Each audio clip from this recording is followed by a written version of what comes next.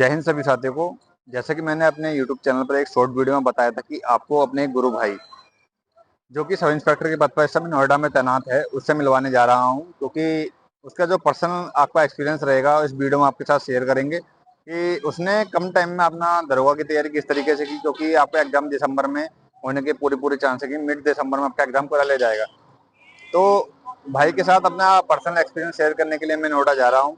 2 दिन की सेल पर हूँ तो नोएडा जा रहा हूँ। बाकी वीडियो में अंत तक बने रहिए, क्योंकि आपके जो मन में डाउट होते हैं दरोगा के एग्जाम को लेकर और दरोगा की तैयारी कैसे की जाए, तो इस वीडियो में आपके सभी डाउट क्लियर होने जा रहे हैं। बाकी चलते हैं, मैं रोडवेज पर आ चुका हूँ। बाकी चलते हैं बस की तरफ अपना और आगे का सफर तय करते हैं।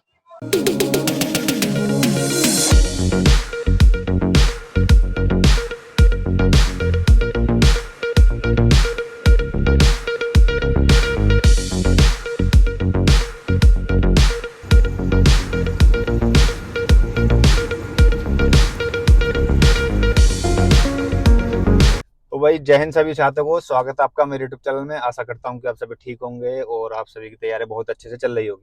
आज मैं आप सभी को मिलाने वाला हूँ अपने गुरु भाई।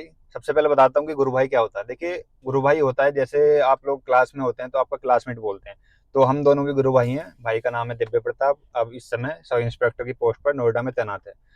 और मैं आपको बता देना चाहता हूँ कि हम दोनों 2019 बैच में साथ में भर्ती हुए थे, साथ ट्रेनिंग की और साथ में पोस्टिंग रहे। दोनों ने साथ साथ तैयारी की। चलो, किसी वजह से मेरा फाइनल सिलेक्शन नहीं हो पाया, लेकिन भाई का हुआ। मुझे बहुत खुशी हुई। हम सभी ने साथ में तैयारी की और भी साथ थे जो लोग अपने सब इंस्पेक्टर की पोस्ट पे अपने चूज हो गए हैं और ये अपनी अच्छी से ड्यूटी कर रहे हैं। तो आज मैं आया था नोएडा और आज दिव्य प्रताप से आप सभी के लिए जो अब एग्जाम होने वाला है, 4543 पदों पर आपकी जो भर्ती आ रखी है, एग्जाम आपको बहुत जल्दी करा लिया जाएगा, क्योंकि अब तो कैलेंडर के जरिए आपका कांस्टेबल का भी नवंबर में एग्जाम होने जा रहा है। अभी दिसंबर में आपका कंफर्म नहीं है कि दरोगा का एग्जाम भी आपका हो जाएगा। तो उसी बारे में क्या आपकी पढ़ाई होनी चाहिए, किस तरीके से दिव्य प्रताप ने और हमने अपनी तैयारी की थी। तो आज मैं सबसे कुछ आपके लिए क्वेश्चन जो कि आप सभी के मन में थोड़े बहुत रहते हैं, जो कि हर बंदे के मन में रहते हैं कि दरोगा की तैयारी कैसे करें, और सबसे मेन क्वेश्चन है कि कम टाइम में कैसे तैयारी हो, क्योंकि टाइम इस बार शायद बहुत कम मिलने वाला है, क्योंकि इलेक्शन अपना यूपी में बहुत जल्द होने वाला है। तो चलिए शुरुआत करते हैं। भाई दिव्य प्रताप भाई, आप बताइए कि आपकी इस समय पोस्टिंग जो है नोएडा में, आपकी यहाँ कमिश्नरेट है, यहाँ पे ड्यूटी किस टाइप की होती है, अपना क्या लोड है यहाँ पर ड्यूटी का, आप सब इंस्पेक्टर बताइए। पहले तो भाई सभी को जय हिंद। और कैसे हैं आप सभी। भाई ड्यूटी का तो नोएडा में ऐसा है कि जो भी कमिश्नरेट प्रणाली है वहां पे थोड़ी पुलिसिंग अच्छी और ज्यादा करने के लिए कमिश्नरेट प्रणाली लाई गई थी। इसका कारण मूल ये था कि लोगों को और ज्यादा अच्छी चीजें या सुरक्षाएं फील कराई जाए, कि लोग सुरक्षित महसूस करें इन जगहों पर। तो ड्यूटी तो भाई थोड़ी हेक्टिक हो जाती है कमिश्नरेट में अन्य जनपदों से, क्योंकि यहाँ जो कमिश्नर होता है वो खुद आईजी लेवल का अधिकारी होता है। और आईजी लेवल का आप जानते हैं कि जोन में बैठता है। मतलब बोल सकते हैं कि जो अदर डिस्ट्रिक्ट होते हैं, वो जो कमिश्नरेट होते हाँ, हैं, वहाँ पे अदर थोड़ी ड्यूटी डिस्ट्रिक्ट एक्स्ट्रा हो जाती है। एक्स्ट्रा हो जाती है। एक्स्ट्रा हो ठीक जाती है, है। ठीक है। तो अब आप मुझे ये बताएंगे कि अब जो मान के चल रहे हैं कि दिसंबर मिड में आपका ये हाँ एग्जाम हो सकता है, जो बिल्कुल। 4543 वैकेंसी है उसका एग्जाम शायद दिसंबर में मानकर चल रहे हैं। हाँ, मिड ऑफ तो दिसंबर से जहां तक होने शुरू हो जाएंगे एग्जाम। तो मैं सबसे पहले आपसे एक क्वेश्चन करना चाहूंगा कि भाई जो लोग तैयारी कर रहे हैं, अपनी तैयारी में लगे हुए हैं, जो चलो अपनी उस भर्ती में रह गए थे, वो सभी भी इस तैयारी में लगे हुए हैं, बिल्कुल। तो उनके लिए कम टाइम में तैयारी कैसे होनी चाहिए, भाई उन लोगों के लिए आप कुछ बताएं। देखो, कम टाइम में तैयारी के दो तरीके होते हैं। एक तो आपका अगर बेस अच्छा है, अगर आपका बेस शुरुआत से अच्छे है, वो आप मतलब कोई भी दो सब्जेक्ट मान लो। जैसे हमारे सब इंस्पेक्टर में क्या होते हैं, 4 सब्जेक्ट होते हैं। हिंदी, रीजनिंग, मैथ और जीएस। जीएस एक ऐसा सब्जेक्ट है जो सब ही एवरेज होते हैं। कोई उसमें ये नहीं कह सकता कि जी मैं बहुत अच्छा हूं या मैं बहुत बुरा हूं, वो सबके लिए एक जैसा है। आप अच्छे किस में हो सकते हो, मैथ में हो सकते हो, रीजनिंग में और हिंदी में। और ये तीनों ही ऐसे सब्जेक्ट हैं जो आपके एक होता है ना कि आने की प्रतिशत को बढ़ाते हैं कि आपका सिलेक्शन होगा या नहीं होगा। उसमें भी आपको दो चीजें करनी होती है। एक, कुछ बंदे होते हैं कहते हैं भैया हमारी मैथ ठीक नहीं है, तो हम क्या करें। तो अगर आपको लगता है आपकी मैथ अच्छी नहीं है, तो आप मैथ पे उतना फोकस ना करो, आप फोकस करो उन सब्जेक्टों पे जो आपके अच्छे हों। जैसे किसी की हिंदी बहुत अच्छी होती है, तो आप उसमें चाहो कि 40 में से कम 35 स्कोर करो। बिल्कुल और बिल्कुल। अगर आप इतना स्कोर इसमें कर रहे हो, तो अगर आपके मैथ में मान लेते हैं कि 30 या 25 के बीच में आ जाते हैं, कि 40 में से एक ऑन एन एवरेज मान लो कि 28 क्वेश्चन आपने ठीक करे 40 में से, तो आपने जो यहाँ कम करे थे वो आपने हिंदी में कवर कर लिए हैं। तो एक तो ये सबसे पहला तरीका है कि आप कहीं ना कहीं देखो कि जल्दी तैयारी करनी है तो बेस होना चाहिए भाई। बिना बेस के कभी जल्दी तैयारी नहीं हो सकती। और यही कारण होता है जो लोग सिलेक्ट नहीं हो पाते हैं, क्योंकि उनका बेस ठीक होता नहीं है। फिर वो क्या करते हैं कि 1000 एमसीक्यू पढ़ लिए, 1,500 MCQ पढ़ लिए, उनसे भी कोई बेनिफिट नहीं होता भाई।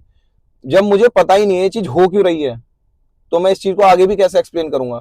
तो मेन चीज वही है कि बेस अच्छा हो, और अगर आपका बेस अच्छा है तो मुश्किल से मुश्किल 3 महीने बहुत है आपके लिए।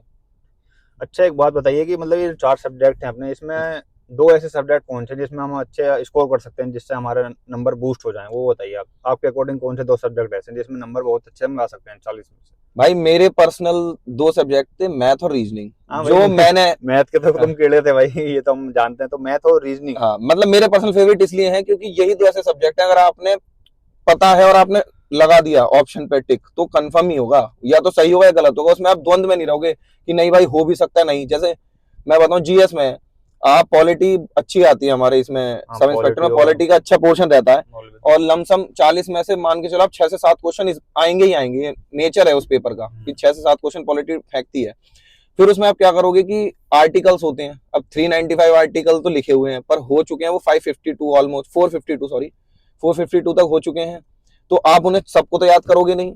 और एक आदमी ऐसा होता है कि सिमिलर सिमिलर चीजें होती हैं, तो वो सिमिलरिटी मैथ आपकी दूर कर देती है। अगर मैथ में अगर आपको कोई चीज पता है, आपका आंसर सपोज करो 2 आ रहा है, तो वो 2 ही आएगा अगर सही है। क्योंकि मैथ और रीजनिंग एक दूसरे हाँ लिंक भी है ना, लिंक भी क्योंकि है, मैथ के कुछ क्वेश्चन अब बिल्कुल रीजनिंग में भी बिल्कुल आने बिल्कुल लगे हैं, तो मैथ और रीजनिंग बिल्कुल। आपके अकॉर्डिंग मतलब हाँ बूस्ट बेस्ट है, हो अगर सकते हैं। आप इन पे कमांड कर लिया तो आप सिलेक्शन ऑलमोस्ट पक्का समझो अपना।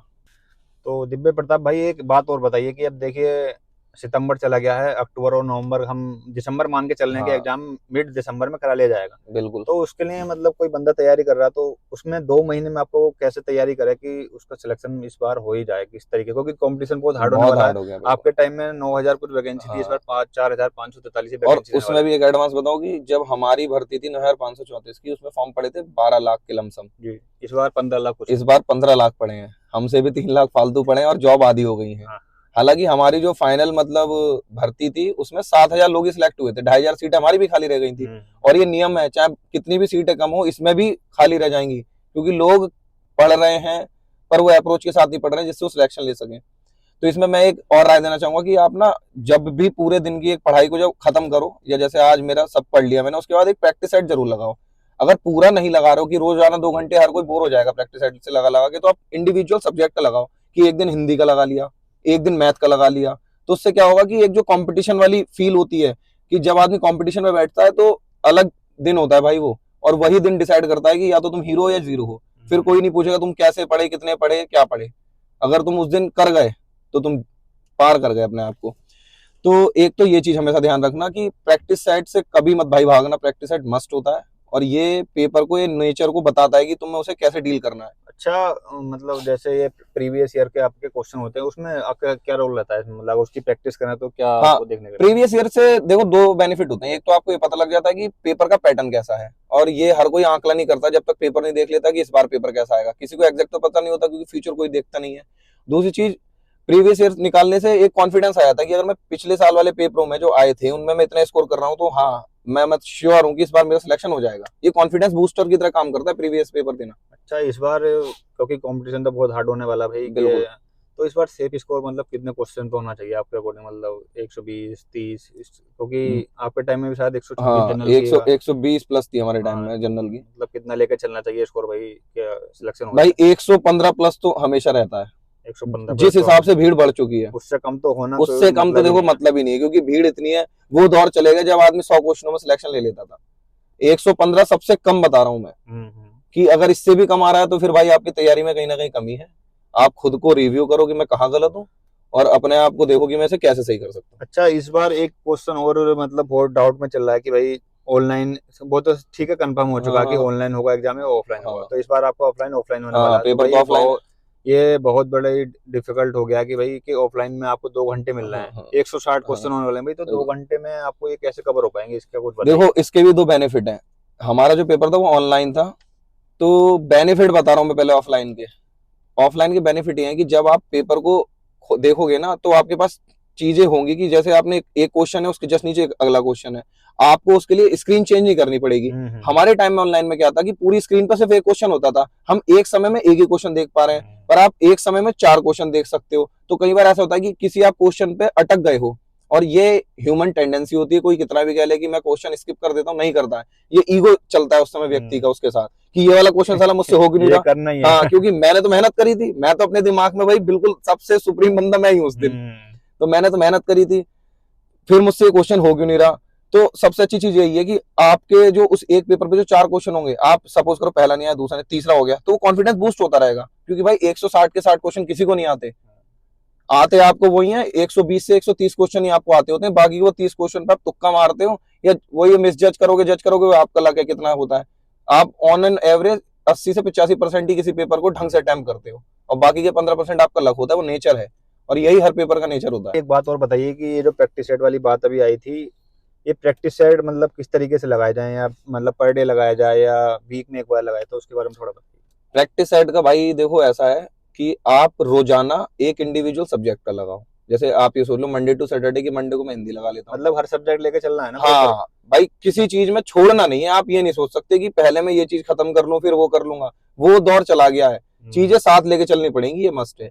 और एक वीकेंड पे, जैसे संडे है, संडे को आप, मैं कह रहा हूँ कुछ मत पढ़ो, उस दिन एक प्रैक्टिस सेट लगाओ और ढंग से लगाओ, पूरा 160 क्वेश्चन पूरे वाला, 160 मतलब क्वेश्चन का लगाओ। टाइम लगा टाइम देना लग 2 घंटे का, और 2 खुद से ही अगर तुम क्वेश्चन अटेम्प्ट नहीं कर पाए 160, तो टाइम अप हो गया है। ठीक, फिर एक आदमी में होता है ना कि थोड़ी सी चोरी कर लूं, मुझे कौन रोक रहा है, वो खुद से ही चोरी कर रहे हो फिर तुम। वो तो फिर जाके एग्जाम हाँ, में परेशान होंगे। वो एग्जाम में बहुत लोग वो परेशान होते हैं, क्योंकि आधे से ज्यादा लोग तो 160 क्वेश्चन देख भी नहीं पाते भाई। 120 मिनट है, 160 क्वेश्चन है, पर मिनट का तो है ही नहीं क्वेश्चन, समझ लो। उसमें मैथ के कुछ क्वेश्चन आ जाते हैं जो तुम्हारे 2 या 3 मिनट खींचेंगे ही खींचेंगे। तो मुश्किल से मान के चलो तुम्हारे पास 120 भी नहीं, 100 मिनट मान के चलना भाई। तो ठीक है भाई, हम दोनों आप सभी के लिए बेस्ट ऑफ लक, आपके लिए बेस्ट हाँ विशेष भाई। देना चाहते हैं कि आप अच्छे से तैयारी करें, और जो लोग भी इस वीडियो को देख रहे हैं उनका सिलेक्शन हो जाए भाई। क्योंकि दिव्य भाई, आप क्या बोलना चाहेंगे कि सबकी तैयारी अच्छी रहे, और इस बारे भाई में? मैं तो कहूंगा कि रेगुलर रहो, बस मेन चीज है रेगुलर। अगर आप लगातार किसी चीज का अभ्यास करोगे ना, तो वो चीज आपको हमेशा मिलेगी भाई। अभ्यास बहुत अच्छी चीज है, और इससे ऊपर कुछ नहीं। Practice make a man perfect हर कोई जानता है, पर इस पे अमल बहुत कम लोग करते हैं। तो बड़ी चीज यही है, आप रेगुलर रहो, और बाकी सभी को बेस्ट ऑफ लक आपके आने वाले एग्जाम के लिए। ठीक है भाई, आप सभी को ये वीडियो कैसी लगी एक बार कमेंट में जरूर बताना, और दिव्य सर की बातें आप सभी को कैसी लगी, और कभी मिलना हो तो आप इन सभी से मिलने नोएडा सेक्टर बिल्कुल 29 आ सकते हैं, ये आप बिल्कुल। सभी को वहाँ मिलेंगे। पर्सनल आप इनसे आके मिल सकते हैं।